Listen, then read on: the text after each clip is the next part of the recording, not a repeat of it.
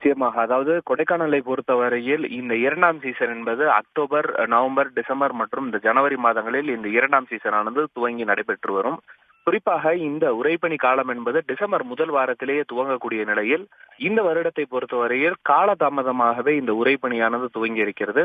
குறிப்பாக ஒரு 10 நாட்களுக்கு முன்னர் இந்த உறைபனியானது நீடித்த நிலையில் இந்த 10 நாட்களாக அவ்வப்போது சாரல் மழையும் மற்றும் பனிப்பொழிவும் இருந்ததன் காரணமாக இந்த உறைபனி பெரிய அளவில் தென்படவில்லை. நேற்று வானிலை மையம் ஒரு அறிக்கையை வெளியிட்டிருந்தது.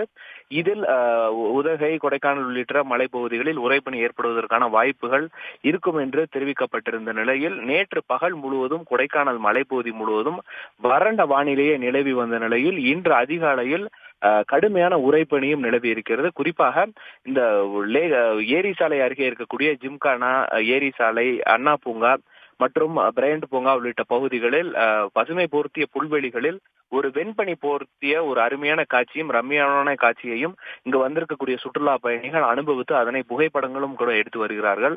குறிப்பாக நேற்று இரவு 8 டிகிரியில் துவங்கி இன்று அதிகாலையில் 4 டிகிரி வரை இந்த வெப்பநிலையானது பதிவாகியது. இதனால் கடுமையான உறைபனி கொடைக்கானல் நகர்பகுதி மட்டுமல்லாது இங்கு இருக்கக்கூடிய இந்த ஒரு சில கிராம பகுதிகளான இந்த மன்னமனூர், பூம்பாறை உள்ளிட்ட பகுதிகளிலும் கூட இந்த உறைபனி தென்படுவதால் இந்த ரம்மியமான சூழலை காண்பதற்காக சுற்றுலா பயணிகளும் இதனை காண்பதற்காக அதிகாலையிலே வரக்கூடிய நிகழ்வும் கூட ஏற்பட்டிருக்கிறது.